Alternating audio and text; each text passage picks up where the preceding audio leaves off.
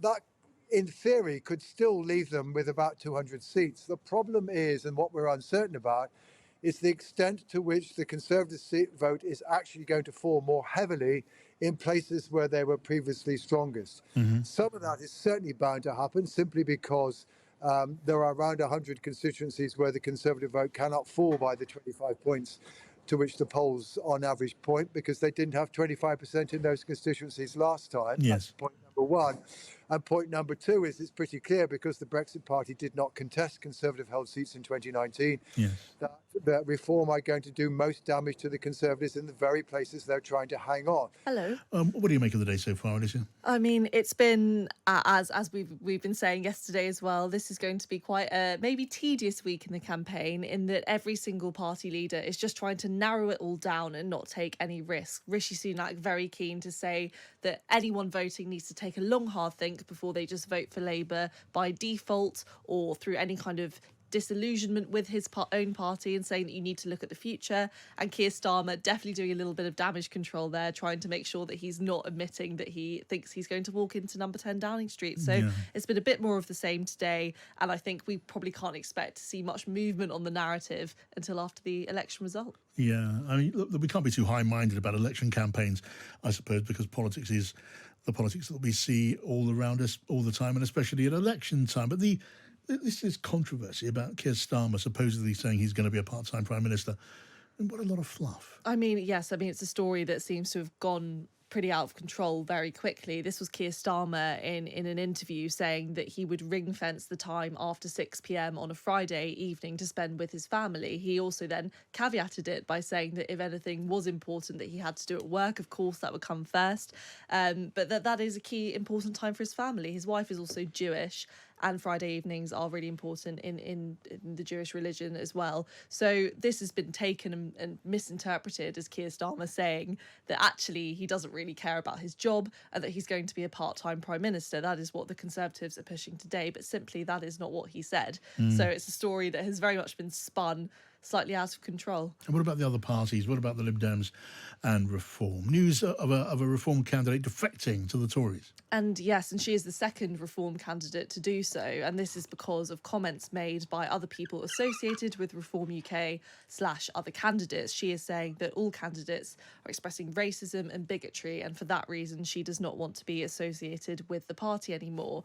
It's interesting because Reform have since said, slightly maybe a bit of a conspiracy theory, because it has been denied by the Conservatives that these candidates have been offered some kind of bribe to defect to the Conservative Party. They're saying they've been offered maybe a safe seat or some kind of key role within the party. Of course, the Conservatives have since denied doing that. Yeah, a pretty familiar thread emerging there from Reform, from Nigel Farage down, of the party being a victim of all sorts of sort of dark conspiracies.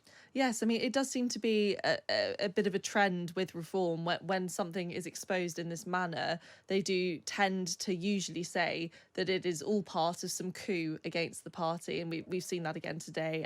And it has been very much squashed by the Conservatives, who have denied doing this and said that the candidates defected on their own accord. Now, what are the Lib Dems? What are they up to? What's Ed Davey up to? I mean, that's a very good question. What is he up to today? I think he's just doing more of his usual crazy stunts and still just trying to hammer down the same message that you should vote for the Liberal Democrats and take a bit of a risk. If you've not voted for them before, then today is the day to do so, and still making clear that he does still have serious messaging underneath all the maybe gimmicks of his big acts. I mean, he's had a certain amount of derision over his funny photo stunts on surfboards and whatever else he's been up to in the course of the campaign. But it's got him noticed. On one level, it's worked. It has, and it will be really interesting to see whether or not this translates into votes for the Liberal Democrats. The whole purpose of his campaign has been to try and get his face on the map. Lots of people didn't actually know who the leader of the Liberal Democrats was prior to the election campaign because they didn't have many MPs in the last parliament,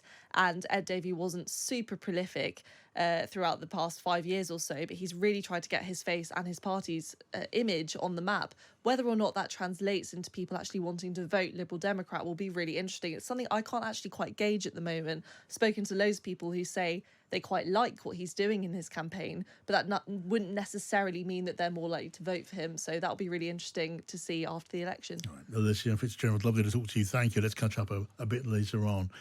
Now, The Times is reporting now Rishi Sunak is seeking to win back around 180,000 Reform UK supporters in key parliamentary seats, which he believes will have a very significant impact on the shape of the next House of Commons and the future of his party. Let's talk to John Curtice. Sir John Curtice, the British political scientist and very well known on-air psephologist. Welcome to you, John.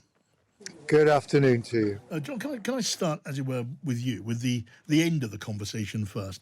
When I was talking to Frank Lutz, the very well-known American pollster, he said that, if he was pushed into a corner, John, he'd predict the Conservatives being reduced to maybe 120 or 130 seats.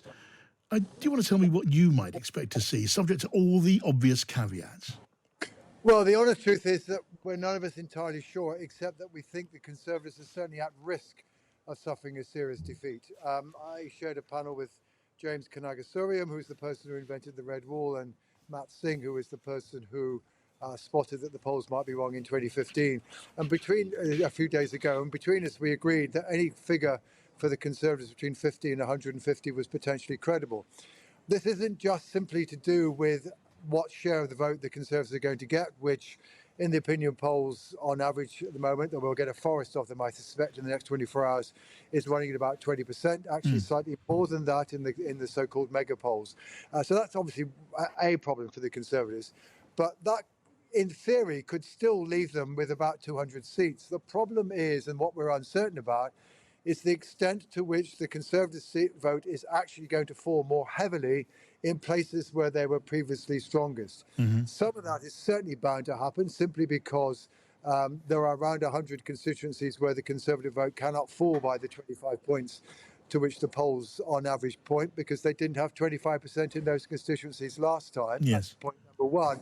And point number two is it's pretty clear, because the Brexit Party did not contest Conservative-held seats in 2019, that Reform are going to do most damage to the Conservatives in the very places they're trying to hang on.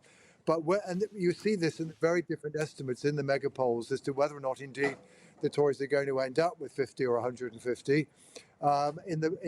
They differ in terms of the strength of the relationship that they're anticipating between the size of the fall in Conservative support and the level of Conservative support in the past. Yes. On average, however, those polls are saying that perhaps the Conservatives will end up with around 100, which therefore means that Frank is, if anything, very slightly on the optimistic side as compared with the average of the mega polls. Interesting. Now, John, I realise you are a scientist and not a clairvoyant, but a couple of times now you've mentioned that range of possible Conservative Party strength in the next House of Commons as between 50 and 150. Does that seem to you to be in your water, as it were, to be the most likely realistic range? Yeah, I mean, this is the range within which it's undoubtedly most likely to fall, unless the polls are really significantly overestimating Labour's lead over the Conservatives. I think certainly, given history, we wouldn't be entirely surprised if there was a bit of an exaggeration of the lead. But so long as that's no more of the order of 2, 3, 4 points, then something in that range seems at least possible. Though if the polls are somewhat wrong, then maybe towards the upper end of that range. Right. So, but even at the top end of that range, that would still amount to an absolutely crushing defeat. Now, as for the Prime Minister saying 130,000 votes in marginal seats could have a huge effect on the outcome in Parliament, there's truth in that, isn't there? Yeah, sure. But that doesn't mean we're watching a close fight, curiously. No, well, the reason why that's the case is that if indeed we are right in anticipating that the Conservative vote is going to fall most heavily in places where they are previously strongest, that will in effect mean that we have many more seats that are marginal between Conservative and Labour, and indeed between Conservative and Liberal Democrats, than would otherwise be the case. Again, that's one of the messages of those big mega polls, that an awful lot of constituencies could end up on one side or the other of the line, as a result of relatively small shifts in the votes, which again is yet another reason for the uncertainty. The uncertainty doesn't seem to be about the winner. The uncertainty is about what happens in terms of parliamentary representation. Yes. And, given the vagaries of the single member party system, it requires an accurate estimate of what's going to happen in 632 entirely separate contests. Yes. And with the best will of the world and the best scientists in the world, that is a very, very difficult task. How far will turnout, or could turnout, affect the result? Because that could be a very significant factor when it comes to looking at where the result falls in a range of possibilities. Well, it could, but it's only if you believe that the motivation for one side to turn out and vote is markedly greater or less than that of another side. I suspect that all the parties will have something of a struggle to get people to turn out and vote, simply because A, the poll says it's all over by the shouting, B, the Labour's move to the centre means that there's not a great deal of difference between the parties. Add to that the fact that none of our party leaders really have enthused the electorate, though I've heard your interesting conversation about Sir Ed Davey. And meanwhile, we know that there's fairly widespread distrust of politicians in general. Put all that together, and it does seem as though we've got a recipe for many a voter to say, well, to be honest, it's not really worth the shoe leather. And of course, the difficulties with the postal votes won't have helped the turnout either. So, whether we'll be as low as the 59% in 2001, who knows? But I would be surprised if we ended up with the 68, 69% we've had in recent elections. But that could simply mean that both Labour and Conservative voters feel somewhat less impelled to go to the polls than perhaps they would have been a few years ago. Yeah, but given, I suppose, the Conservative Party in particular, their predicament, the warnings about a supermajority, they made our eyebrows shoot up when we first heard that apparent concession of doom on the way for the Tories. But perhaps it works. It maybe has made a difference. It makes sense from a campaigning point of view. It does. If you think that people are concerned that the Conservative Party may be about to be treated rather unfairly by the electoral system. Well, you have to remember that at the end of the day, no voter has control over the electoral system. We all faithfully cast our individual votes, but frankly, it's within the geography of created by the boundary commissions as to what our votes actually end up meaning, and none of us can really be fully in charge of that. And secondly, quite a lot of evidence out there that quite a lot of voters feel that the Conservative Party do actually deserve a bit of a drubbing, and therefore I think we could exaggerate and that includes many a person who voted Conservative in 2019. I think we could seriously exaggerate the extent to which voters are sitting there and saying, well, I know the Conservatives haven't done a terribly good job. I really am rather disenchanted with them, but I'm still going to vote for them because I want them to be in opposition and I want them to be effective. Really interesting. Your thoughts on what's going on through those target voters' minds. Now, look, when we look at reform, they are now around 4 points behind in the polls, the generality of the polls. We're going to end up in another situation. I know this is more politics than science, John. We're going to end up in another situation where we see one of those upstart parties landing millions of votes and a tiny number of seats. But this time, we can expect, can't we, more of a discussion, a debate, an inquest on our anciently established first past the post voting system. That's certainly perfectly conceivable, and at the moment it looks as though Labour might get 40%, even slightly less than that of the vote, and could get 70% of the seats.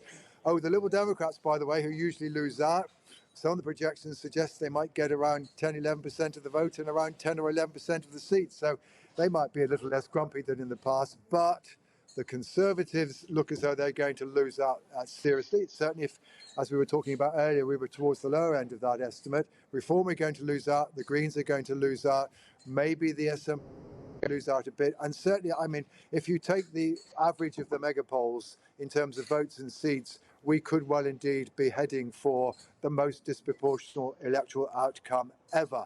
It's just that the winners and losers from the system are perhaps rather different from what we've usually talked about. Usually, often those on the left feel that Labour and the Democrats lose out from the system and the Conservatives gain. Well, I think the shoe is going to be on the other foot this time around.